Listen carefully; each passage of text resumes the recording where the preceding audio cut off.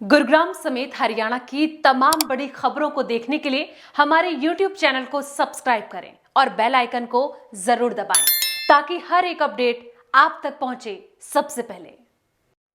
जहां इस वक्त किसानों का मुद्दा चरम पर है, हर पार्टी किसानों का साथ देने के लिए आगे आ रही, खासतौर पर कांग्रेस पार्टी। वहीं आज मुजफ्फरनगर में हुई किसान महापंचायत में जन सैलाब उमड़ पड़ा। किसान महापंचायत से राजनीति में हवाओं का रुख बदलता नजर आया। कांग्रेस किसान आंदोलन का समर्थन कर रही है। गुरुग्राम में आज वरिष्ठ नेता कुलदीप शर्मा पहुंचे। उन्होंने कहा कि प्रदेश में जब तक जमीनी स्तर पर कांग्रेस का संगठन खड़ा नहीं होगा, तब तक प्रभावी भूमिका या कोई ऐसा आंदोलन खड़ा कर देंगे। उन्होंने कहा कि कांग्रेस की बात ना पूछो, इस दिल में बहुत दर्द है। जब नीयत साफ होगी तब बनेगा कांग्रेस का संगठन। साथ में उन्होंने कहा कि 2024 का मुख्यमंत्री कौन बनेगा, इस बात के पीछे सभी नेता पड़े हैं, लेकिन पहले 2024 में सरकार बना ले, तब मुख्यमंत्री का फैसला भी हो जाएगा।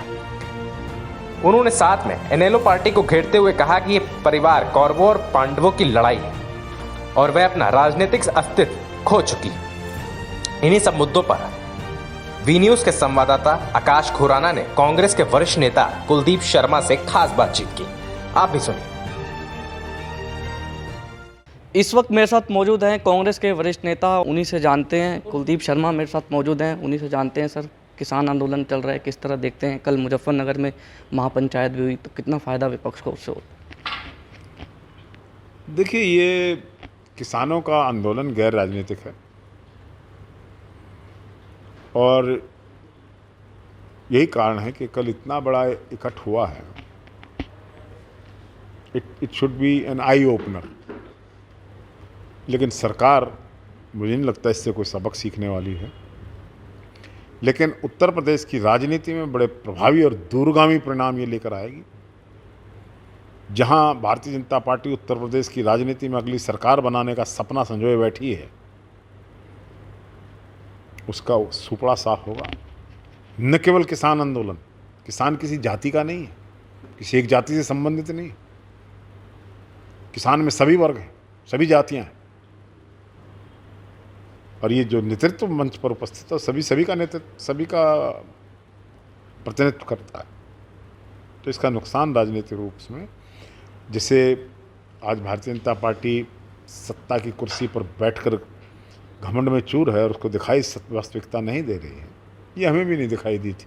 2011 में अन्ना हजारे का आंदोलन हुआ, निर्भया कांड के आड़ में एक और राजनीति हुई और कांग्रेस की सत्ता चली गई। हम पर आरोप लगे भ्रष्टाचार के, कोई साबित हुआ?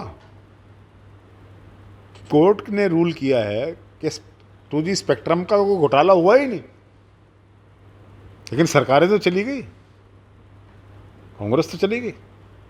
इसी प्रकार से बीजेपी जो है, एक से एक घोटाला हो रहा है।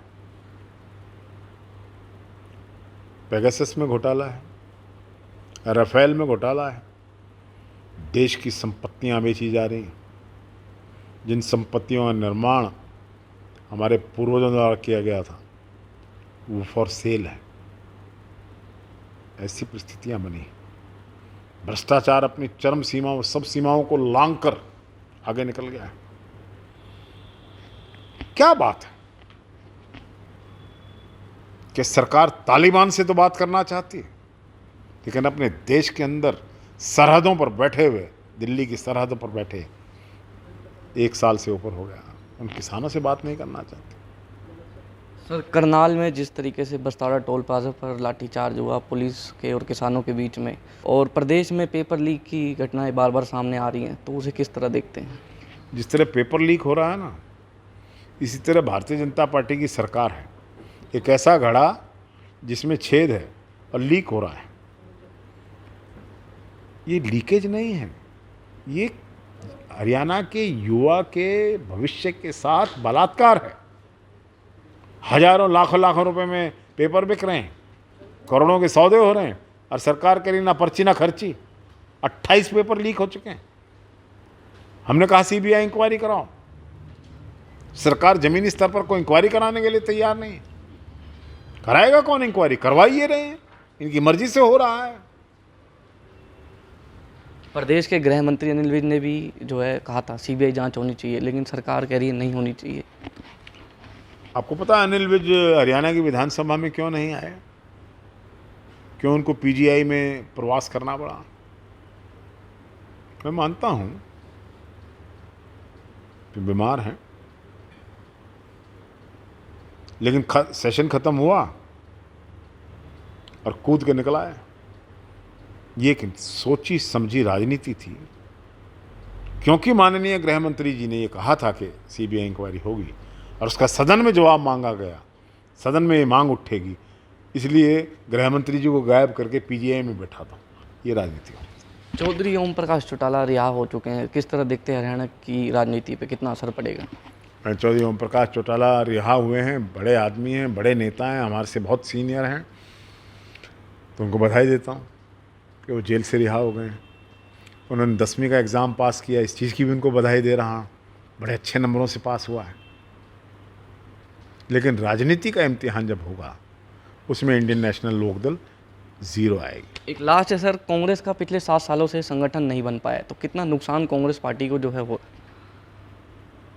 देखिए, मैं इस बात से सहमत हूँ कि संगठन की कमी की वजह से हमें बड़ा नुकसान हुआ है, और इस बात की बात भी करेंगे कि जल्दी से जल्दी संगठन का निर्माण होना चाहिए। हरियाणा की जनता कांग्रेस को चाहती है, कांग्रेस को सत्ता में लाना चाहती है, कांग्रेस की ओर देख रही है, कांग्रेस के संगठन की ओर देख रही है।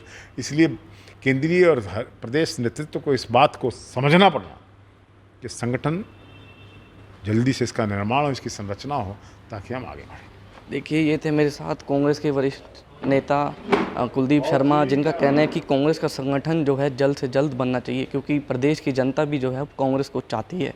गुरुग्राम से वी न्यूज़ के लिए आकाश खुराना।